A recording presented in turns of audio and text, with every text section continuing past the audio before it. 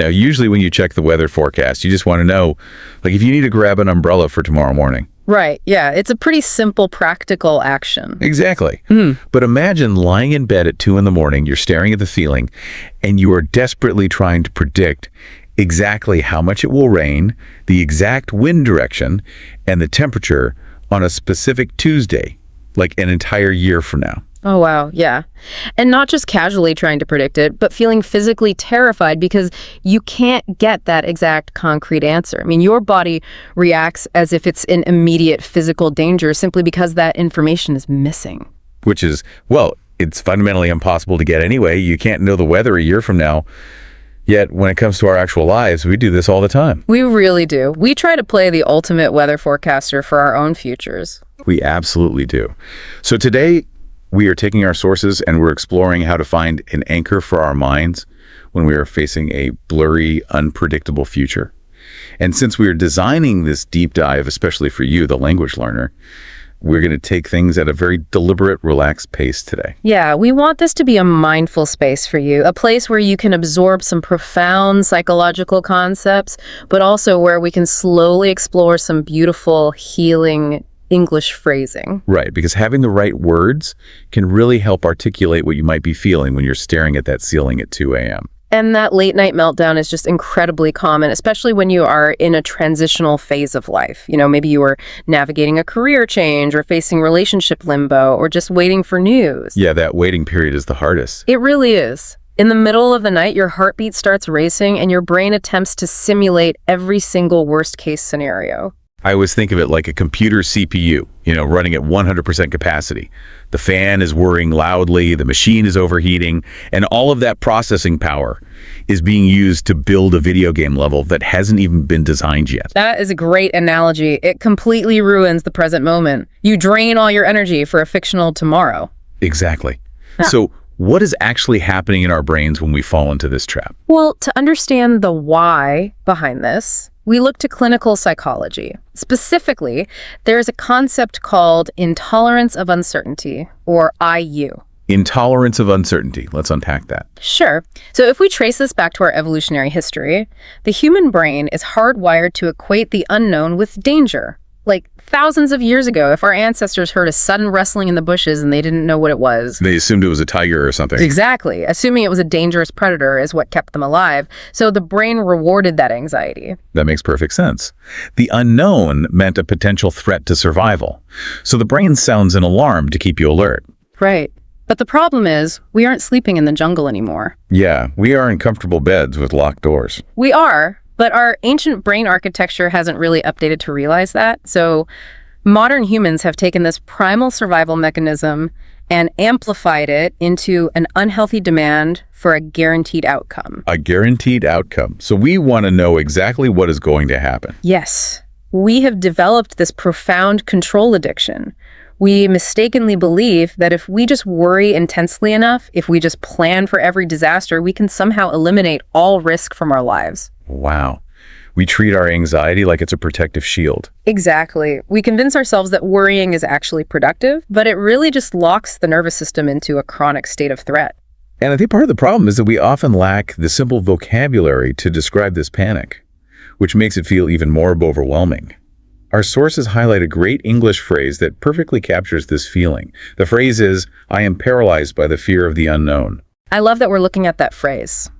Let's look closely at that word, paralyzed. In a strictly medical context, paralysis means you are completely frozen. Your muscles cannot move at all. Right, but applying it psychologically paints such a vivid picture. You aren't physically tied down to the mattress, but your mind is so flooded by the blurry future that you are emotionally frozen. You're stuck. You cannot make a basic decision. You cannot move forward. Yeah, you are entirely stuck. Which naturally leads us to the second phrase we see in the literature today, which is, "I am desperately craving a guaranteed outcome." I find the choice of the word craving so much more accurate than just wanting or desiring. Right, because craving implies like a biological hunger. It's like you are starving for certainty. Exactly. And demanding a guaranteed outcome is like trying to force the universe to sign a binding contract.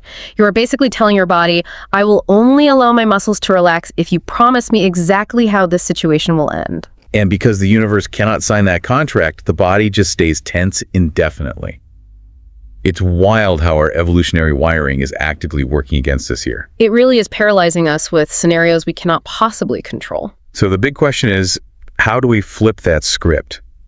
If we are biologically wired to view a blurry future as a mortal threat, how do we train our brains to look at that exact same unknown and feel peace? Well, the sources point us toward a fascinating concept, and it wasn't actually coined by a psychologist, but by a 19th century English poet named John Keats. Oh, a poet. Interesting. Yeah. He called it negative capability. Okay, I have to push back on that term a little bit. When I first read that, it felt like a contradiction. Yeah. I mean, in English, the word negative usually implies something bad, right? Like a flaw. Right. Yeah, it sounds bad at first. So why on earth would someone want to build a negative capability? It is a brilliant piece of phrasing, actually, because Keats didn't mean negative in the sense of being pessimistic. He meant it in the sense of withholding or not acting. Oh, I see. Yeah, negative capability is the profound power to live peacefully in the unknown, in doubt and in uncertainty, all without frantically chasing after facts or rational answers. So it is the ability to actively not freak out. Exactly. It's not about being passive, though. It's about fluidity. It is the psychological flexibility to adapt to circumstances as they happen instead of trying to pre-solve them.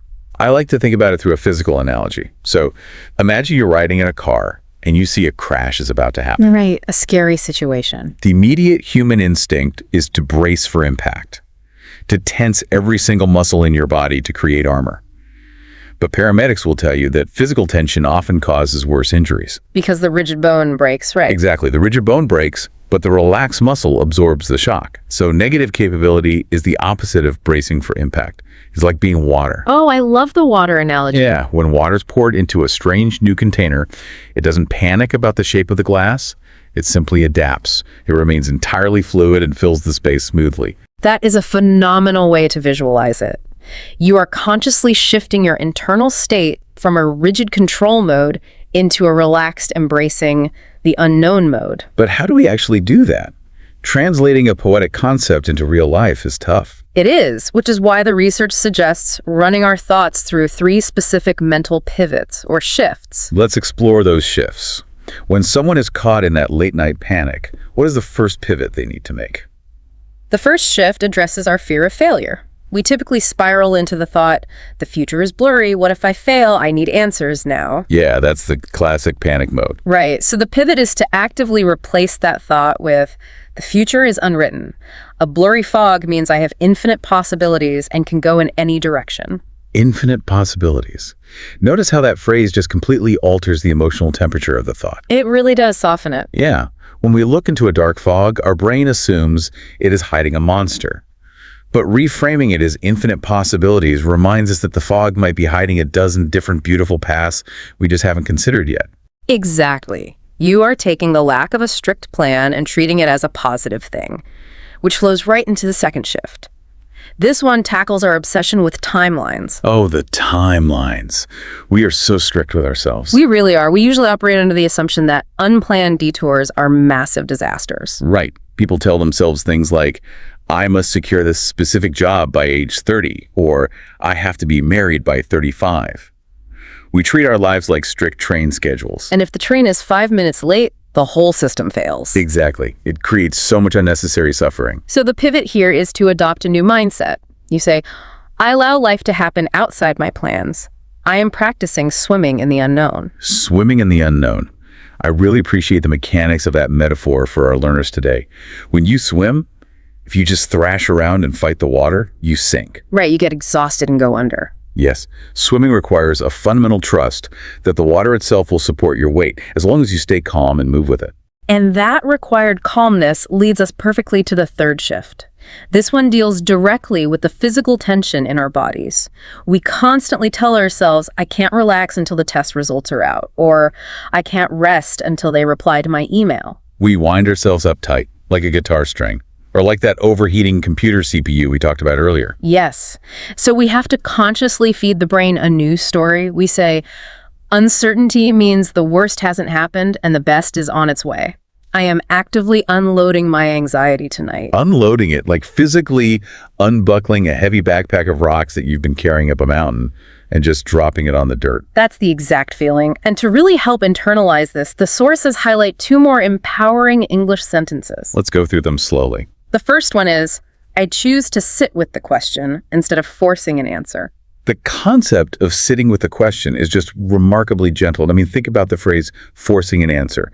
When you force things, you are rushing. You are operating from a place of fear, which almost always leads to terrible decisions. Right, you're just grabbing at whatever feels safe. Yeah, but sitting with the question implies an act of patience. You are inviting the discomfort of uncertainty to pull up a chair and exist in the room with you. You don't feel the urgent need to kick it out. That feels like the ultimate expression of negative capability right there. It takes immense strength to sit quietly next to a problem. It really does. Now, the second sentence from the text is perhaps my absolute favorite insight from today. The phrase is, the unknown is not a void, it is a canvas. This is such a crucial distinction for language learners to grasp because words dictate how our brains process reality. Let's look at the word void. A void is an empty, terrifying abyss. Yeah, in a void, there is no gravity, no light. It is like a black hole that just consumes things. When you fall into a void, you are completely helpless. Exactly. The brain panics at a void. But a painter's canvas is also completely blank and empty, but it is empty with a purpose. It is full of potential, just waiting for the first stroke of paint. Yes, a canvas isn't a threat. It is an invitation for you to create. So when you look at tomorrow and you truly don't know what is going to happen, you aren't staring into a void. You're staring at a blank canvas. That completely shifts you from being a victim to being a creator. It's a beautiful shift in perspective. It is, but I do have to push back here for a second because this is where the theory always falls apart for me. Oh, please go ahead.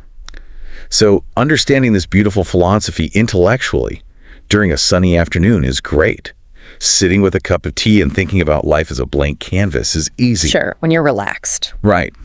But when it is actually 2 a.m., and my heart is hammering against my ribs, and my primitive survival instincts are screaming that I am in danger, I cannot logic my way out of it. That is so true. Yeah. How do I physically convince an anxious, adrenaline-filled body to believe in a blank canvas so I can finally go to sleep? You are entirely right to push back on that because you cannot logic your way out of a primal fear response. Your brain's alarm system is already firing. It doesn't care about poetry or philosophy in that moment. It really doesn't. It only responds to immediate physical input. That is why at 2 a.m., we have to abandon the philosophical shifts entirely.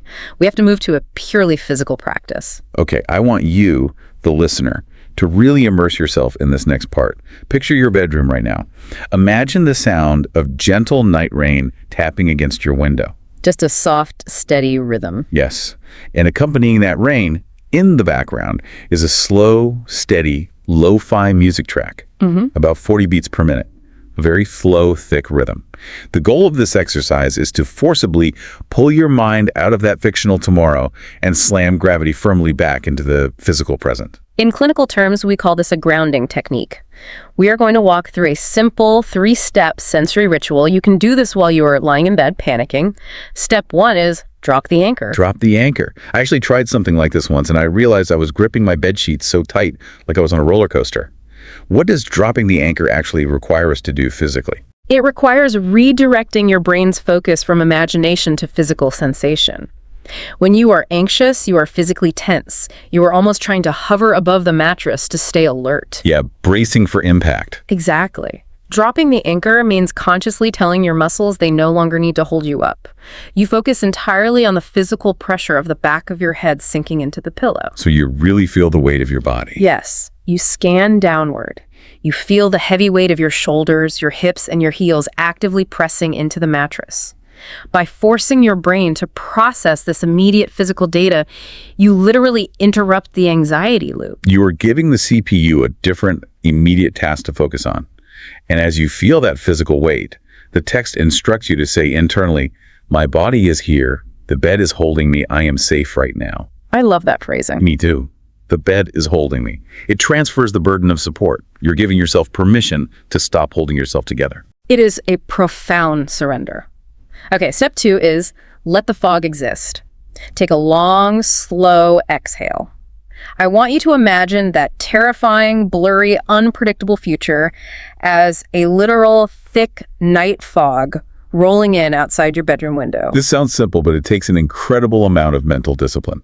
Our instinct is to stare out the window and try to mentally blow the fog away. We want to fix it so we can see the streetlights. Exactly. We want to solve the problem of the fog. Which only creates more exhaustion. Here is the physical reality you must remind your brain of. You do not need to drive a car in that fog tonight. Wow. Yeah. You do not need to navigate those streets right now. You simply need to sleep in your warm, safe room.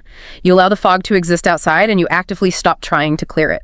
You just sit with the weather as it is. The relief in that is just palpable. I do not have to drive in the fog tonight. Okay, what is the third and final step? Step 3 is claim your immediate certainty. Because even if we let the fog exist outside, our anxious brain is still desperately craving some kind of guaranteed outcome, right? Yes, the brain wants a guarantee, so we give it one.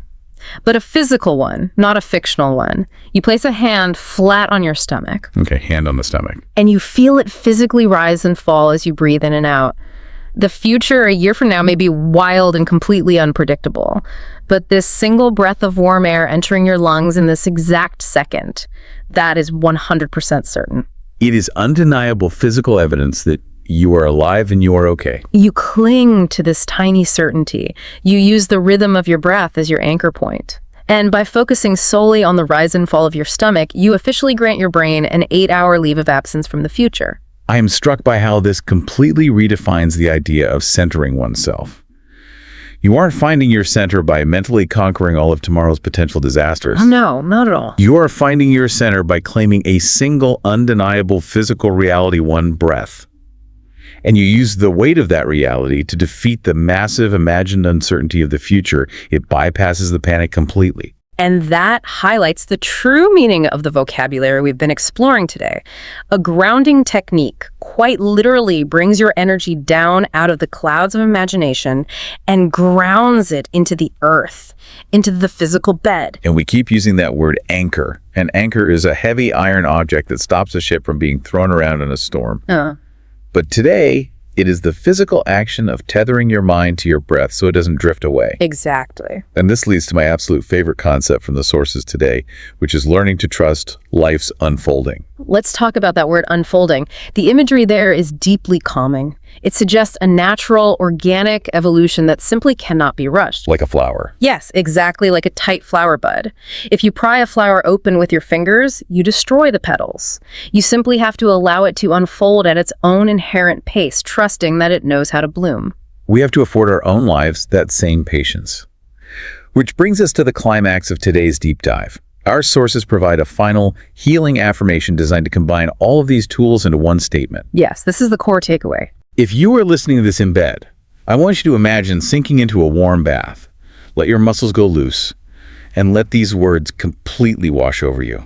Tonight, I stop demanding answers from the future. I embrace the unwritten canvas of tomorrow. I drop my anchor in this very breath, in this very bed. I am grounded, I am floating safely, and I trust the unfolding of my life.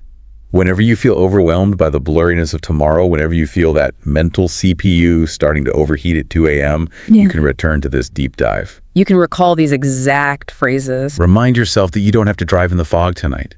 Put your hand on your stomach, claim your immediate certainty, and drop your anchor back into the present moment. Because if we truly accept the idea that the future is completely unwritten, it changes how we view our entire lives, which leaves you with an important question to ponder as you drift off to sleep. Let's hear it.